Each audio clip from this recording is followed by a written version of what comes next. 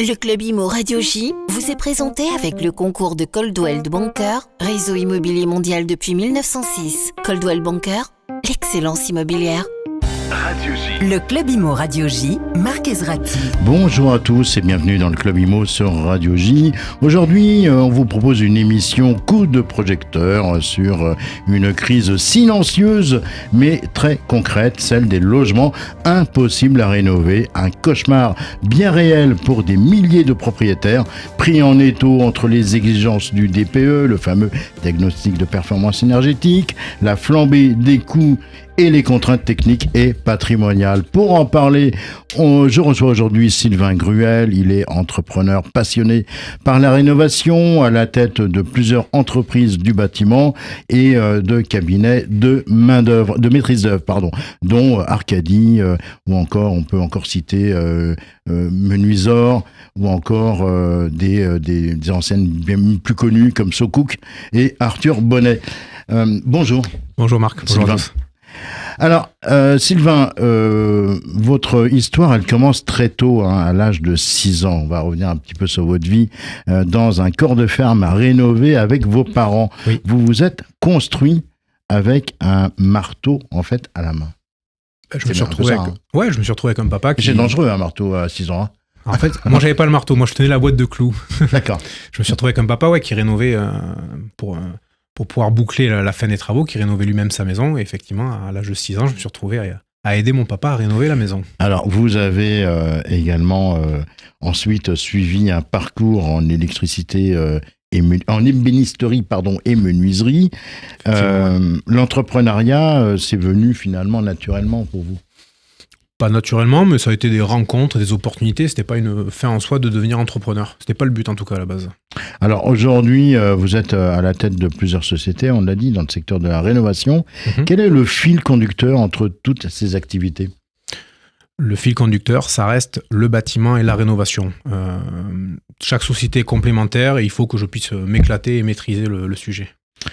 Par exemple, si on prend l'entreprise Menuisor, c'est une entreprise d'agencement intérieur qui va réaliser tout ce qui est aménagement en menuiserie intérieure, les fenêtres, donc il y a un lien avec mon métier. Si on prend les cuisines, c'est pareil, ça fait partie de l'aménagement intérieur, donc à chaque fois il y a un lien avec la rénovation. Alors vous êtes également très présent sur les réseaux sociaux et dans les médias. Pourquoi avoir choisi de partager vos conseils et votre savoir-faire auprès du grand public? Et après, on parlera de cette prochaine émission qu'on va faire ensemble sur Radio J. Ouais, ça fait quelques années que je bosse sur mon savoir-faire, effectivement, et maintenant, je travaille sur le faire-savoir. Ça fait quelques années qu'à la télé, on voit quand même beaucoup d'émissions sur la rénovation. J'entends beaucoup de bêtises, clairement. Et c'est vrai que je trouve intéressant maintenant, même si c'est peut-être un peu technique, de pouvoir donner quelques petits conseils et petits tips sur la rénovation. Alors, je viens de le dire, dans quelques semaines, on découvrira un podcast qu'on va faire ensemble et qui sera diffusé sur la nouvelle chaîne Radio J Imo, dont je profite d'ailleurs pour renvoyer les gens sur radioj.fr pour trouver le player. C'est une radio 24/24, 7 jours sur 7. Qu'est-ce qu'on va y trouver dans les tutos de l'Imo, puisque c'est le nom de la rubrique? Tous les conseils et les réponses aux questions qu'on peut se poser quand on veut rénover sont bien. Alors, vous êtes aussi venu aujourd'hui pour alerter sur un phénomène inquiétant, les logements impossibles à rénover. Qu'est-ce qu'on entend exactement par des logements bloqués, logements impossibles à rénover? Alors, quand on parle de logements impossibles ou quasiment impossibles à rénover, on parle en termes de rénovation énergétique, pour bien pouvoir sûr coller aux standards des DPE et autres, par plusieurs biais. Entre autres, à cause des ABF, on a certaines zones où on est ultra limité. Architecte des bâtiments de France. Qui en général, c'est les hypercentres. Exactement. De ville, en règle générale. Oui, c'est à côté d'une église un peu classée. Exactement. Et d'ailleurs, c'est très souvent ça, où typiquement, on a une base qui est la même pour tous, mais alors finalement... on a vu, récemment il y a encore 2 ans, on voyait quasiment un marché comme ça sur ces logements presque bradés, prêts à rénover. On disait... Quelle est votre analyse là-dessus? Parce que c'est vrai que c'est très récent, ça. Donc là, vous et dites, surtout, vous êtes le premier à dire attention. Et vous dites, il y a 2 ans. Depuis, qu'est-ce qui s'est passé? Maintenant, on a un logement... On a des gens qui ont acheté des biens complètement pourris, disons-le, à des prix un peu exorbitant selon moi. J'en vois, j'ai des exemples très précis en tête, dont, et finalement, aujourd'hui, à part détruire la maison, c'est tout ce qui reste à faire. Le gros souci qu'on a aujourd'hui, c'est sur les petits logements. Il faut savoir que vous rénovez un studio sur les mêmes critères qu'un T3, vous aurez votre T3 qui va être classé plus ou moins C ou D, et vous pouvez avoir le studio qui, lui, sera classé G. Aujourd'hui, il y a un problème sur l'algorithme du logiciel des DPE. Oui, sur le coefficient. Qui déclasse en fait au niveau de mètres carrés, et on se retrouve avec plein de logements. En général, les studios. Il n'y a pas que ça, il y a aussi la problématique des coefficients sur l'électricité, des choses comme ça. Ça fait partie des problématiques. Quels sont les cas les plus fréquents que vous rencontrez? Notamment, est-ce que c'est un patrimoine particulier? Est-ce qu'on va plutôt trouver ce phénomène des logements bloqués en zone rurale? Non, le plus souvent, c'est sur les centres-villes. On a 2 cas. On a soit le problème où, effectivement, si on doit rénover et isoler tout ce qui est parois extérieures, on se retrouve très souvent, typiquement, un T3 qui va se transformer en T2 ou en studio. Pourquoi ? Parce qu'on va réduire les volumes et les mètres carrés des chambres, qui du coup ne sont plus dans les standards, à savoir 9 mètres carrés minimum. Et en fait, on déclassifie le logement. Bien sûr. Ouais. On pourrait dire, dans ce cas-là, on travaille sur une isolation par l'extérieur, sauf qu'en centre-ville, c'est impossible techniquement. Est-ce qu'on n'est pas en train est-ce qu'on ne fait pas de contraintes irréalistes finalement sur certains propriétaires aujourd'hui ? Ouais, clairement. Clairement, il y a certains biens où, que ce soit en termes d'isolation, en termes de chauffage ou en termes de ventilation, on n'a aucune solution. Oui, vous parlez d'ailleurs d'un moule unique appliqué à un bâti très diversifié. Un petit peu comme tout en France. C'est quoi le moule unique du coup ? Le problème, c'est on a le même sur tous les sujets en France, c'est qu'il y a à chaque fois, on a des paliers. On a des paliers et il y a jamais l'entre-deux. Et le problème aujourd'hui, c'est qu'effectivement, ils ont établi un standard, mais comme tous les standards, qui correspond pas à tout. Hein. Alors concrètement, comment ça se passe sur le terrain pour un propriétaire qui veut rénover, mais qui est confronté et qui se heurte à l'architecte des bâtiments de France? Qu'est-ce qui se passe? Qu'est-ce qui lui reste concrètement? Déjà, il faut savoir qu'aujourd'hui, une personne qui va faire une rénovation énergétique complète de son logement, clairement, s'il prend pas et s'il bénéficie pas des aides de l'État, il peut pas les faire. Il peut pas les faire. Une rénovation énergétique complète, on est entre 1200 et 1800 euros du mètre carré. C'est quoi les conséquences d'un logement bloqué, d'un logement finalement impossible à rénover? Si ce logement est destiné à être loué, interdiction. Si il est destiné peut-être à être vendu, un prix qui est totalement dévalué, consommation énergétique, dégradation du bien. Ouais. Et j'en passe. Le DPE, dans certains cas, devient finalement un couperet. C'est un peu ça, non ? C'est totalement ça. Mais encore. Le DPE, il intervient sur plusieurs critères. Il va intervenir sur la production d'eau chaude, il va intervenir sur le chauffage et l'isolation. Est-ce qu'on n'est pas, avec ce DPE, allé un peu trop loin ?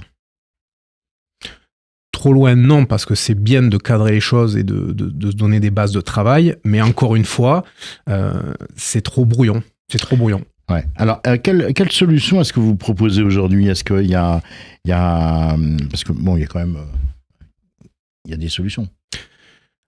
Moi, ce que je conseille aux personnes qui vont se retrouver avec un logement qui risque d'être bloqué, c'est d'échanger justement avec le diagnostiqueur. Pourquoi ? Parce que selon différents scénarios, ok, je vais changer le ballon d'eau chaude, changer les menuiseries, il va pouvoir vous faire des simulations et vous dire, voilà, en faisant ça, vous arrivez à ça. Donc, c'est pas parce que vous n'allez pas pouvoir isoler votre mur extérieur que vous n'allez pas arriver à regagner des notes. Donc ça, c'est un échange avec soit le diagnostiqueur, soit vous faites un audit énergétique et lui, c'est pareil, il va vous aider sur ça. Est-ce qu'il ne faudrait pas créer un fonds spécial pour ces cas un peu complexes ? Le problème du fonds spécial, c'est qu'on va encore complexifier encore plus la chose. C'est déjà compliqué aujourd'hui pour un Français moyen d'aller récupérer toutes les aides qui existent à la rénovation. Il y a même d'ailleurs des boîtes aujourd'hui qui sont montées, qui font que ça, qui montent les dossiers pour les particuliers. Donc je pense qu'un fonds spécial, ça va complexifier encore plus la chose. Est-ce que vous avez un message à donner aux propriétaires qui nous écoutent aujourd'hui sur Radio J ? Qu'est-ce qu'ils doivent faire s'ils sont dans ce cas-là ? abandonnés, s'ils sont en se battre. S'ils sont en hyper-centre-ville, ouais, on va dire ça comme ça. Il faut se battre, il faut prendre rendez-vous avec l'urbanisme, il faut prendre rendez-vous avec les architectes des bâtiments de France, parce que là, on est en train un petit peu de les diaboliser, mais il faut voilà, on échange avec eux, on trouve des solutions techniques, on y arrive quand même. Le seul problème, c'est le coût de cette solution-là. Merci Sylvain Gruel d'avoir fait le détour par les studios de Radio J aujourd'hui. Un site internet peut-être pour finir ? Oui. Pour retrouver vos offres ? Mes offres, vous pouvez aller voir sur le site Arcadie Maîtrise d'œuvre. D'accord, Arcadie, A-R-C-A-D-I-E, Maîtrise d'œuvre. D'accord, .com. Merci à vous. On va marquer une petite pause, le temps de découvrir l'info du jour. L'info du jour vous est présentée avec le concours de Helix Assurance, votre expert en économie. Helix Assurance sur mon-assurance-emprunteur.fr.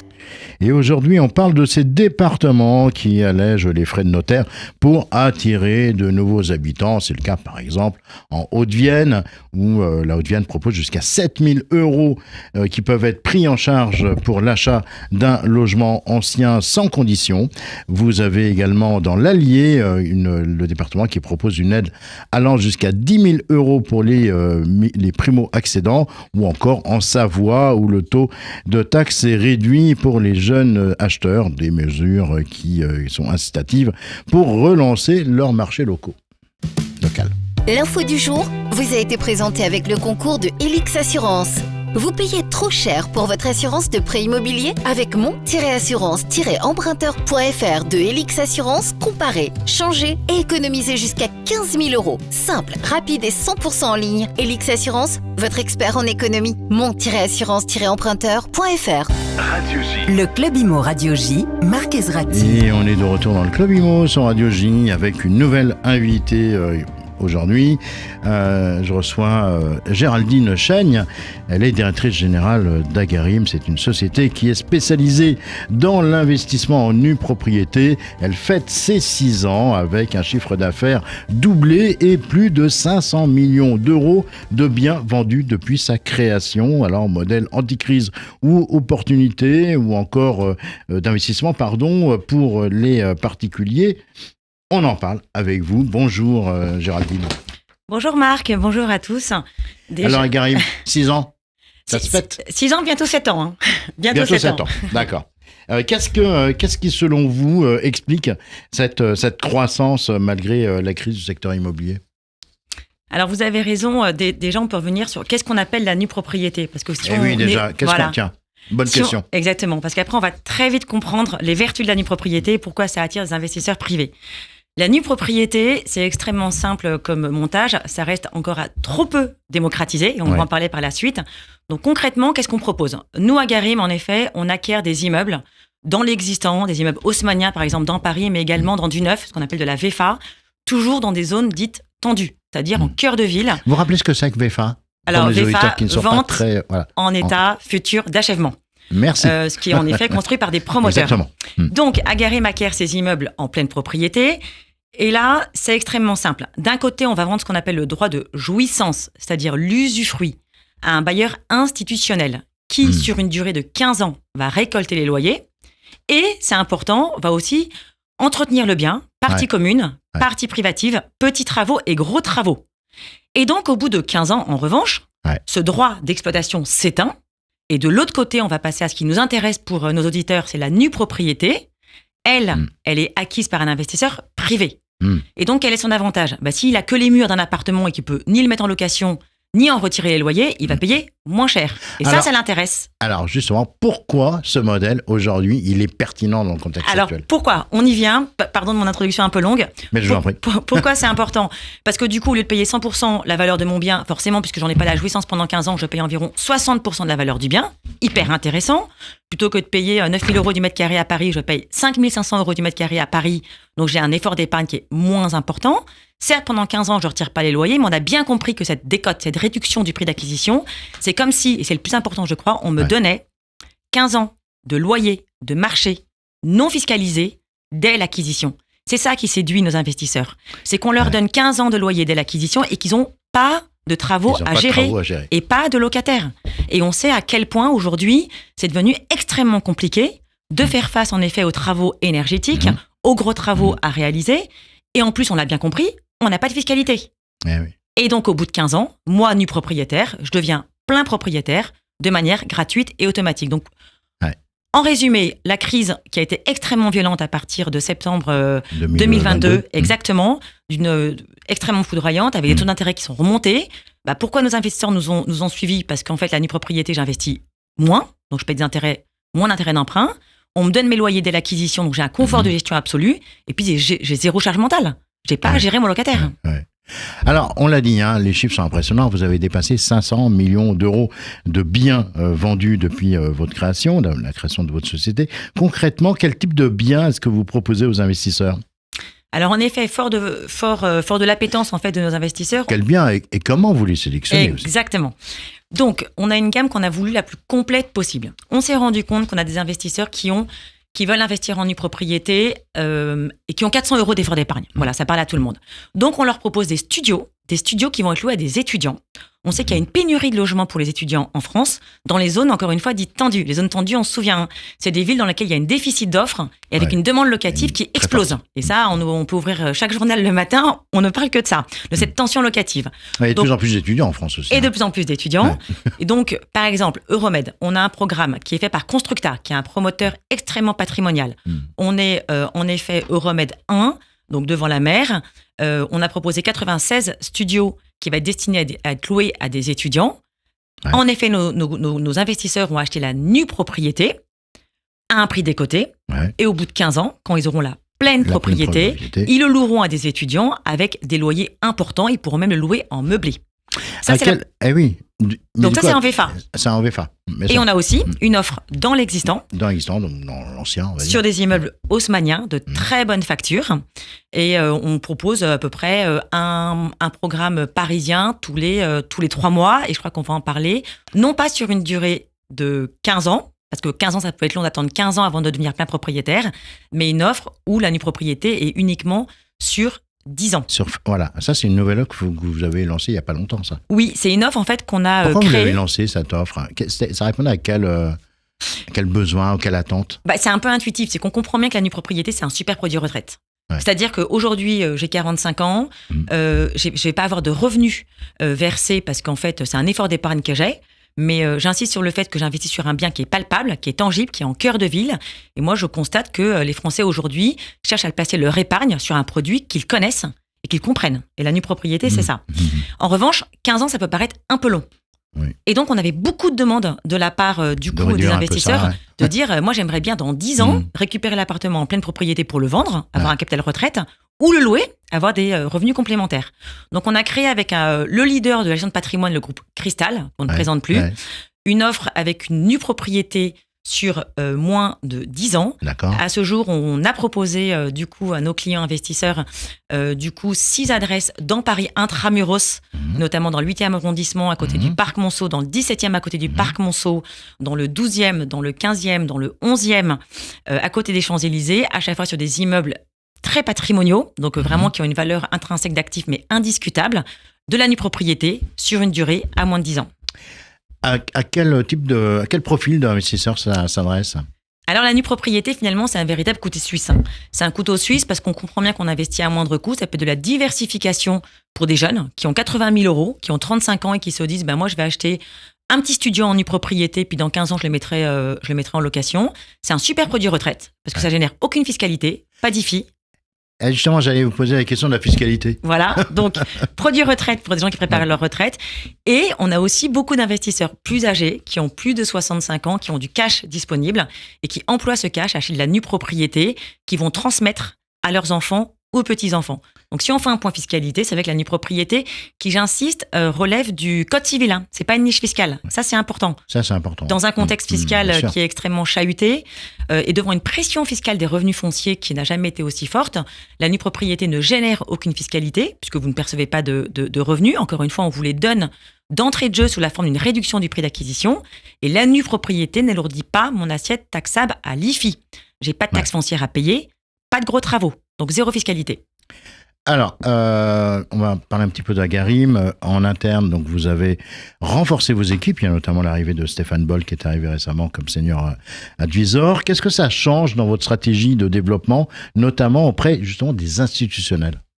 Oui, en fait, Agarim, propose son offre en nue propriété, non pas directement à des clients finaux, mais via nos partenaires professionnels du patrimoine, qui sont, on en a parlé avec le cours Cristal, des CGP, et également des banques et des assureurs qui proposent la nue propriété comme produit d'épargne immobilier performant et sécurisé. On a la chance, en effet, d'être référencé par toutes les banques et tous les assureurs qui passent au crible notre offre et qui la référencent, ce qui est plutôt gage de sécurité pour les clients finaux. Et puis, on a un deuxième profil en fait d'investisseurs, et c'est pour ça que Frédéric Boll, qui est le président de la SPIM, nous a fait l'honneur de rejoindre Agarim en tant que senior advisor.